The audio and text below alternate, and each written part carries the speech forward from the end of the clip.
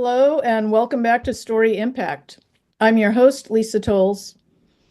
I started this series because everyone loves a good story. But really, this series is about the story behind the stories, the creators and the visionaries, about what their process looks like, where they get their inspiration, and what brings them back to that empty page day after day. As well as being your host for this series, I'm also a crime novelist, and you can find my books on Amazon and on lisatolles.com. I'm really excited to introduce my guest today. Author Angel Giacomo is a former law enforcement officer specializing in explosives detection, canine handling, and fatality traffic investigations. With a degree in political science and history, she focuses on the Vietnam War and actively supports veterans. Her father served in the U.S. Navy and Army National Guard, while her great uncle and his brother served in World War II and post-war Germany. Angel's debut military thriller, The Jackson Mackenzie Chronicles in the Eye of the Storm, which I've just finished reading a second time, was published in 2020. With over 50 years of very diverse experience, she has handled bomb dogs, loaded cargo planes, worked in data entry, played the trombone, and even sacked groceries. She attended FEMA courses on terrorism and suicide bombers, handled explosives, and trained with firearms ranging from the M1 Garand to the AR-15. And her series follows the harrowing journey of Colonel Jackson Mackenzie, a decorated U.S. Army officer betrayed by his own government and forced into battle for survival, truth, and justice. So, through this trilogy, Mackenzie faces corruption, covert missions, personal reckonings as he fights to clear his name and protect those he loves. This series is a blend of military thriller, political intrigue, and personal drama, and the series explores themes of honor, sacrifice, and redemption. Angel, warmest welcome. Thank you. Um, you come from a really rich military lineage. Tell me about your family and how they influenced your successful thriller series. Well, my father served in the Vietnam War in the United States Navy on a carrier called the Valley Forge. It's actually a assault landing craft. It actually had helicopters. It was an old World War. It was converted from a World War II aircraft carrier, the Valley Forge, into an assault ship. So he got me interested in the military, and then my great uncle that served in France and Germany, and then my other great uncle that served during the occupation of Germany. Wow. That's and I can really feel how you're pulling on that history in Mm-hmm. these books. I mean, I know that you're a longtime researcher too, and that this is kind of your passion. But I mean, I really feel that Mm-hmm. authenticity when I read these books. I especially like how in the beginning of In the Eye of the Storm, you dive right into the soldier versus institution theme right in the beginning, Mm-hmm. which really permeates these books. Mm-hmm. Jackson is receiving orders from not only the Pentagon, but the CIA for a mission he doesn't believe in, and one that he feels runs counter to what they're actually doing in that region. I don't have a military history, but as a reader, I definitely felt the tension and the pain of that moment that you created. So I think you've done a wonderful job creating a character that a reader can very easily connect with and care about. Can you share anything about how you've dealt with that type of kind of individual versus institutional conflict in your career? Yeah, as a police officer, you have to deal with different things. Like I'll just talk about something that happened to me. I was very the last couple of years of my career very critical of our chief of police because he was making decisions that I felt were detrimental to officer safety instead of having officer safety. And because of that, I was actually persecuted by the chief of police with several administrative complaints that were basically violations of my first constitutional rights of free speech. So I have actually gone through that kind of thing. I've read several of your books, and as a reader, I mean, touching on what you just shared too, I really felt like you dug deep to write these books to craft a realistic main character in real Mm-hmm. scenarios. And I'm sure at times that was challenging. How did you manage that emotionally? And like, did you ever have to step away for a while? Yeah, I did a lot of research into the mill when I was writing that book. I started that book in 2016 and I published it in 2020. And it went back and forth because I would start writing and then, okay, I would find something that I needed to research. And I'd spend the rest of the evening after I got off work researching one thing and might get 10 words written. Mm-hmm. So just because I wanted to get that particular sequence correct. Mm-hmm. So, yeah, it does.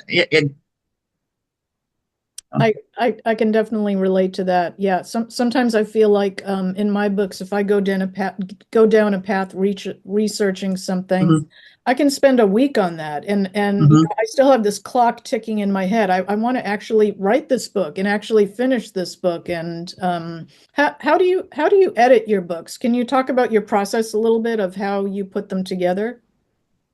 I try to write in a sequence. Sometimes that doesn't work because you'll think of something that you want to write about and it's far ahead or in the back, the other side of where you are. So I try to stay in sequence so I don't lose myself. Mm-hmm. So I don't write myself into a corner and going, now what have I done? And you have to write yourself out of that corner. So I try to write it in sequence, but sometimes that doesn't work. But when I go through an edit, I try to. You get so much, you read it through so much, you don't ever save the mistakes. So I actually have a writer friend that is also a best-selling author that actually will do some of my edits for me and catch the things that I don't. That's great. So I have some kind of typical author questions I wanted to ask you, and some guests on this show say things like, I don't know, and others have very meticulously planned like every detail of what you write. So listening to how you said that you write in sequence, one thing I was curious about is why fiction? Why did you choose fiction for this series as opposed to nonfiction books based on your personal lived experience or the experiences of your family? Well, as I said, my father served in a carrier, so he actually never saw the combat that being on a naval ship that I write about. Some of the things that I have written about actually are delved from experiences that I have had as a police officer.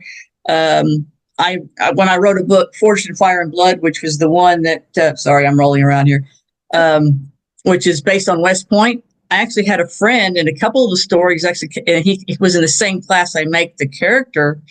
A couple of the stories in that book actually came from him as someone who actually went to West Point and actually happened to him, and I adapted them for the book. Mm. So, and then I have another friend who went to high school with my mother that was a cook in Vietnam, and it just different things and talking to different people. When I did Oath of Destiny, I became good friends with a nurse from the 85th evac named Petty Hendricks, who actually wrote the foreword for that because she loved the book so much. She went and wrote the foreword for it. So it's just different. I talk to different people. I talk to different vets. I'm a member of the DFW Auxiliary through my father because he was a chapter commander of the DFW. I'm a member of the Daughters of the American Revolution. Oh. And I am a member of the Associates of Vietnam Veterans of America.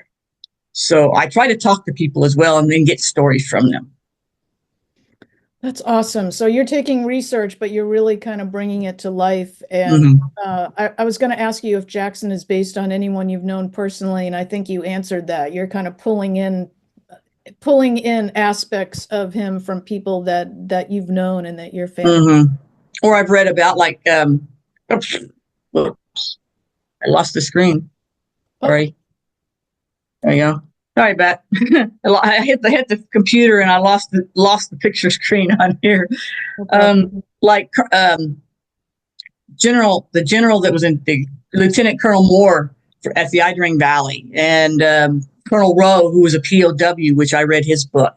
So it take bits and pieces of people that you've read about from people that you've met. Like when I wrote Golden Feather, that character is based on two people that I know. One is a friend who was an Osage Indian, and another is a guy that I worked with who's actually Choctaw.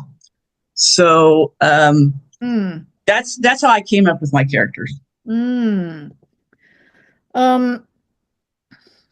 What came first for you in this series? The idea for the first book or for the character? I mean, thinking back to the very beginning before you even started it. I mean, can you pinpoint it? Was it one light bulb that went off and you thought, oh, okay, this feels like this is going to be a novel? Or how did that evolve for you? I read an article. Do you remember the mission about black market art in the National Museum of Art in Hanoi? Mm-hmm. Okay. And Mm-hmm. it being fake, about being counterfeit. Believe it or not, there was an article in Time magazine about 15 years ago about that very subject, about the uh, 90% of the art in the Vietnam National Museum of Art in Hanoi was counterfeit or fake, is where the idea for the mission came from. And then Monument, the story of Monument Men kind of played into that a little bit. Mm-hmm. And then I came up with, then I started piecing together the characters and how I wanted to write the story. Mm. So interesting. And it's different for everyone, right? Mm-hmm. Um, let me ask you something generally about your entire series. What does Jackson care about more than anything? And what's the one thing that drives him forward time after time? His family, Mm, mm, family and his honor, his integrity, and his honesty. mhm. So, I think he's a very multifaceted character. I liked how he was so courageous in some ways, and you allowed him to be vulnerable in other ways, mm-hmm. and that felt very real and Mm-hmm. sometimes very messy, but like very authentic, very human to me, I guess. Yeah, like he has, I don't know if you watch a lot of movies, you watch or read books. How many times do they give the character PTSD where he's dealing with his own personal problems within and having to fight his own demons? You never, and I don't, myself, I'd never read a book that went along that line because as you saw in the Eye of the Storm, where it, like the night that he sits up and starts drinking, Mhm. and where he's trying to deal with his nightmares and demons from being a POW, from fighting in Vietnam, and it was his uh, and he started thinking about a guy that he was in the rooming next to that actually got drunk on duty and men died, and then he heard the shot where he killed himself, and that was his reckoning of I shouldn't be doing this, and also how I made his father have an alcohol problem after World War II, and he went to his best friend and had him. They had a tete-to-tete in the boxing ring, is what made his head get back on straight. So I've actually never read a book where in a fiction side, not a memoir or a book about a real person, where they actually talk about the character having PTSD. Mm. I've read fiction and nonfiction about the experiences of soldiers. And do you ever feel um, like soldiers have to live kind of two lives? You know, like you have kind of like your mission-oriented Mm-hmm. persona, I mean, where Mm-hmm. you're going to meet the mission, whatever the requirements are.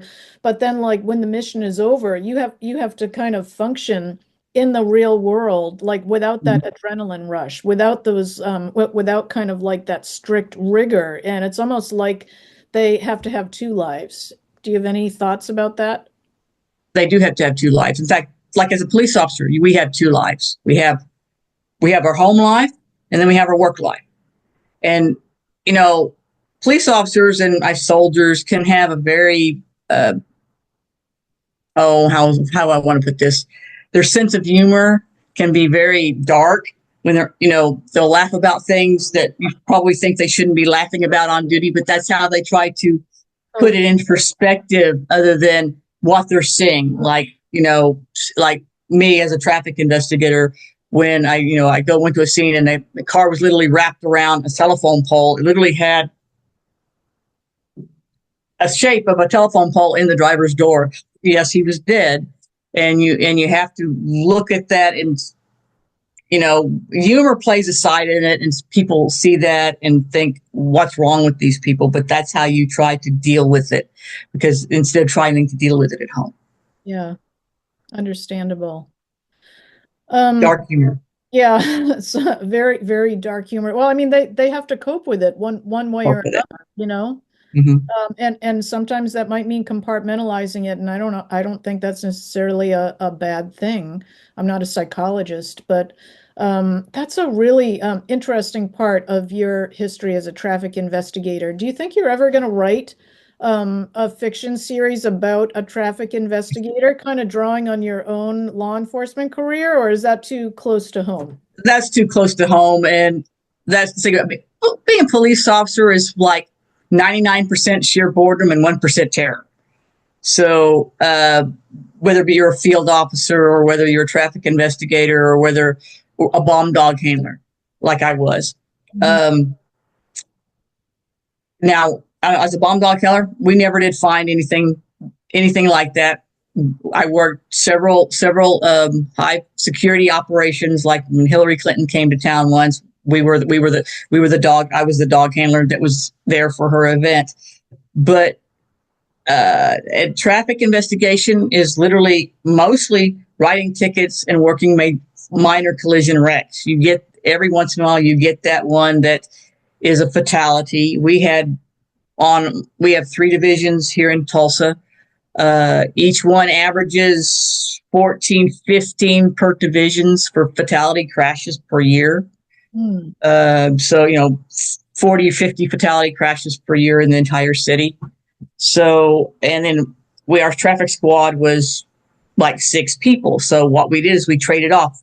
Like I would be the person on call. And then once I got my fatality, and the next person was up, and then the next person was up, and then the next person was up, and then we backfilled and helped them out with the collision. Hmm. Um, Hmm. Interesting. so, Um, but I don't see myself writing a book. I don't think a traffic collision book as a police officer would be very interesting for subject matter for a fiction book.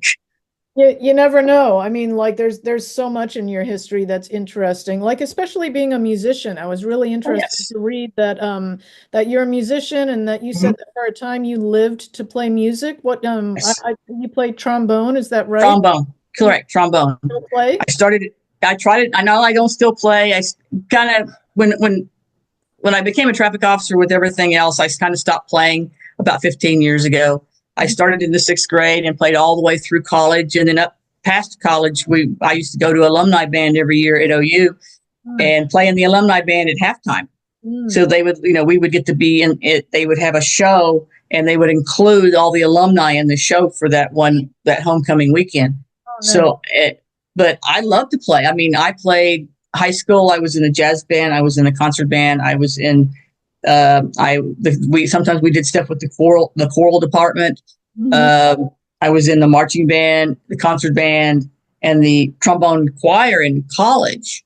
Yeah, Mm. I love to play. I absolutely love to play. In fact, my high school band director gave me the John Philip Sousa Award when I was a senior. Oh, So I love to play. that's awesome. What does a typical day look like for you right now?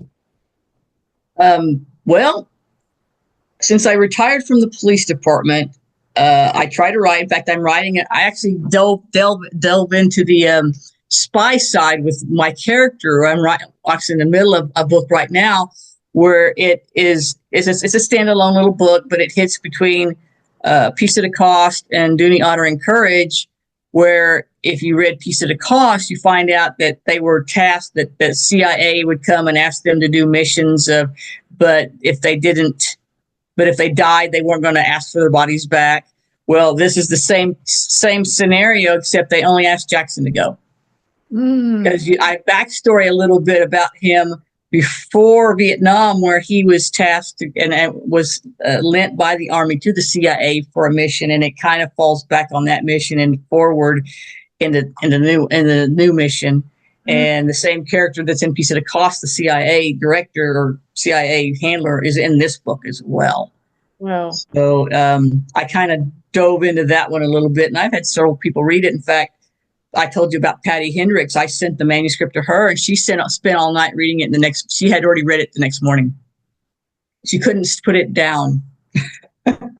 Well, I've read several of your books, and your writing is wonderful. Your characters are rich and complex and Mhm. relatable.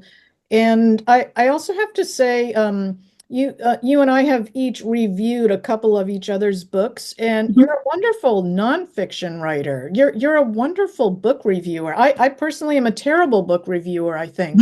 And so you have such a command of nonfiction language too. Nonfiction, I Mhm. feel is like pulling teeth for me. You know, fiction is Mhm. much easier. How did you learn how to do that? Well, as I said, I've been writing, think about how many reports that I wrote in 20 plus years as a police officer, Mm, mm, where it's just the facts, yeah, that writing is dry. mm, But that's all nonfiction. mm-hmm. That's all nonfiction. That's putting something on paper that's you've been told by somebody else as you Hmm. interview them. So I think maybe it kind of comes from that. Hmm. Think about how many, I might have wrote in a 1 week time frame as a field officer. I might have written 15 or 20 reports a week. Did you hate that part of the job, or did you like that part of the job? I did not like, nobody likes doing paperwork. You like catching the bad guys, Hmm. but the paperwork part of catching a felony suspect, once you get them booked into jail, you're looking at 2 to 3 hours worth of paperwork. Mm-hmm. And that's because you got to get what we call the felony packet. You got to get the felony packet together. And then with 3 copies, felony packet, you got to run the criminal history. And then you go to the director and you put it in the DA's tray. And that's normally 2 to 3 hours worth of work.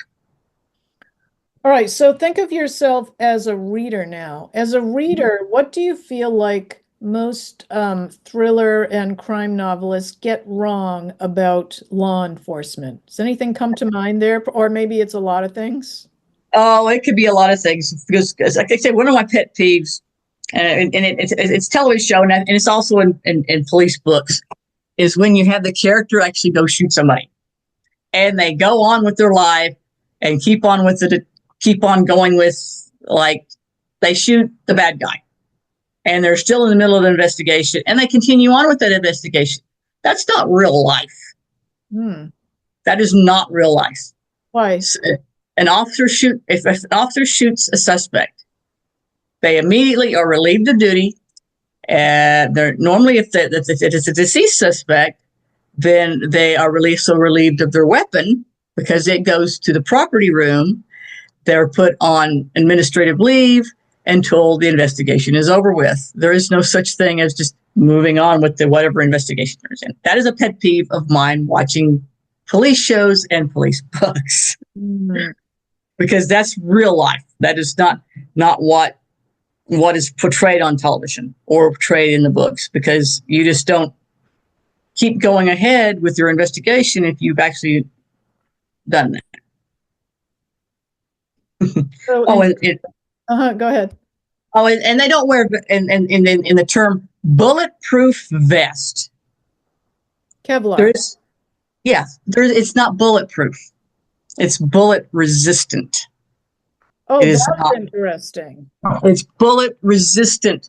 That depends on the class of the vest, and they go up from 1, 2, 3, or 4, and there may be a 5 now, but they're resistant up to a certain caliber, and it depends on the what type of vest it is. Wow. So, I like, most vests will not stop a rifle round. So someone shoots them with a rifle and they hits them in the vest. No, vests also have weak spots. Is where the panels come together is a weak spot, Hmm. like under here, where Hmm. the arms, because there's normally it's Velcro under here. It's a elastic strap, and that is a weak spot for the vest. Is where that seam is. Hmm. But they're bullet resistant. They are not bulletproof. Okay, that's a really important distinction. Wow. All right, so I'm learning some good things here. Let's take a step back, Mhm. and I want to ask you what you feel like your singular purpose is as an author. To well, it kind of did it with in the other storm that And a friend of mine, a doctor that was in Vietnam, has brought this up many times as I've talked to him, is that the way they treat soldiers as throwaway objects, and to shine light on that fact, because I did it with Jackson, where basically he is the forgotten soldier because they used him, abused him, and then tossed him out in the trash pile. That is still happening today.